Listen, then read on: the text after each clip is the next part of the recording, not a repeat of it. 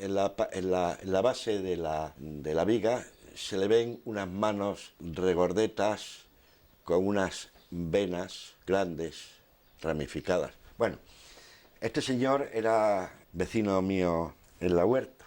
Yo pasaba por su huerta a la mía porque tenía servidumbre de paso. Y yo, a los 15 o los 16 años, en verano, plantaba mi huerto con tomates, pimientos, pepinos, cebollas, y tuve que aprender a regar en cadeneta, me enseñó a injertar, me enseñó a que arropara la planta, y me enseñó y me hablaba cosas de su vida y de que las ciudades eran una perdición, que no me fuese nunca del pueblo, porque en las ciudades no se conoce nadie y nadie te echa una mano, y si vas por de noche te pueden robar, y tal, me contaba sus cosas. Y para mí sobrevivió mi abuelo en el señor Carmelo, porque a mí se me acababa de morir mi abuelo y yo necesitaba un abuelo de repuesto. Bueno, pues yo lo voy a decir ya claramente, ¿eh?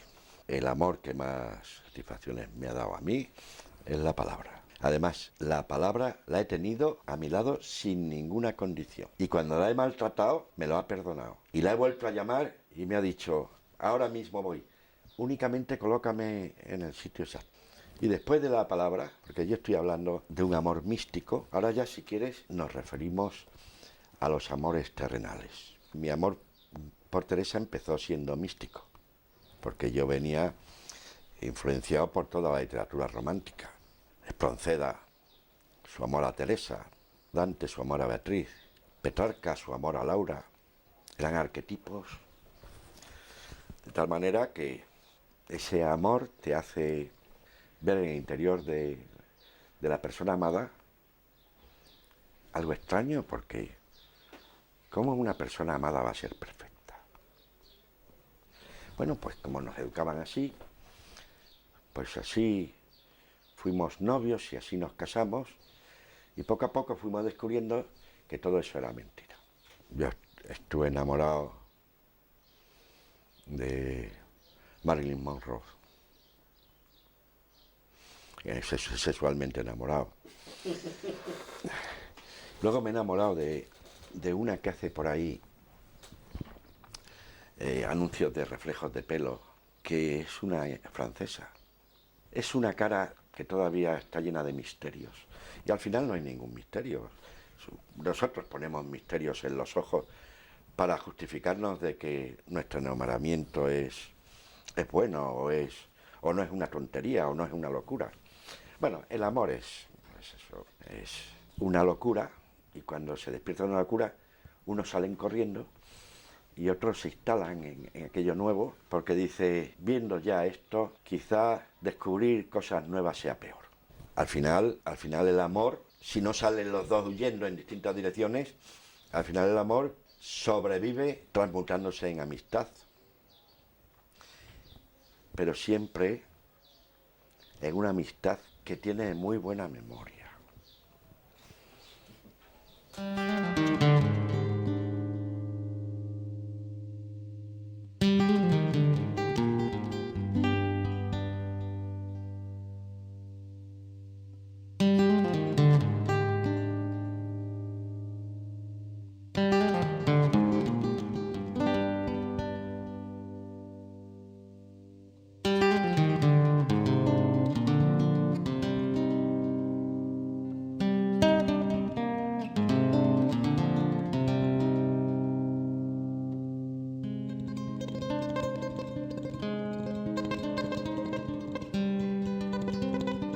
En mi caso concreto, he hecho de la literatura un trasunto de mi vida. De tal manera que mi vida y la literatura se confunden. Yo, desde que empecé a escribir, vivo literariamente. Es decir, vivo pensando y provocando que todo lo que me ocurra sea material literario. Y siempre tengo presente una frase de Mallarmé: la vida ha sido hecha para ir a parar a un buen libro. Bueno, literatura es, pues yo no sabría definirme. Puedo distinguir una cosa que tengo muy clara entre el escritor necesario y el escritor prescindible. Yo te puedo decir con seguridad que soy escritor necesario. Es decir, el que ha buscado en la literatura, en la primera literatura, en las primeras páginas, en el diario, en los primeros poemas, su función terapéutica. Entonces, uno que busca la terapia en la literatura, pues es un poco un ser patológico. Y yo creo que todo escritor necesario es patológico, porque fue buscando en la literatura curar sus disfunciones, sus complejos, y hacer lo que nos mandaron nuestros abuelos los clásicos, hacer la catarsis, el vómito purificador. Partiendo ya de ahí, luego, yo cuando empecé a escribir no sabía yo que yo iba detrás de la terapia de la literatura. Entonces, cuando yo empecé a escribir, pues yo creía que la literatura era una forma de salvar al mundo. Pero además estaba convencido de que con mis libros la gente se turbaría, se conturbaría, se corregiría. Y eso me duró poco, porque de ahí pasé a considerar la literatura como una adicción no culpable. Yo estaba enganchado a la literatura porque la literatura me dio mi primera autoestima. Es decir, aquella autoestima que me robaron en una educación nacional católica, que me robaron en los... Ellos no sabían que me estaban robando. Los jesuitas hacían lo que podían, cada cual hace lo que puede. Pero yo salí del colegio de los jesuitas con el sello de torpe, de botarate, que hoy se llama fracaso escolar. Y que el fracaso escolar, el adjetivo escolar, es poco abarcador, porque habría que decir fracaso total de la personalidad. Y entonces cuando mi autoestima de preadolescente hacía aguas por todas partes, tuve la fortuna de contraer una enfermedad muy grave. Y aquel año de cama me puso en contacto con la biblioteca de mi padre, que era pequeña, pero muy bien seleccionada. Mi padre era un gran lector. Me leí la biblioteca de mi padre, tuve tiempo para releérmela, porque al final eran 20 o 30 libros. Y me encontré con la palabra.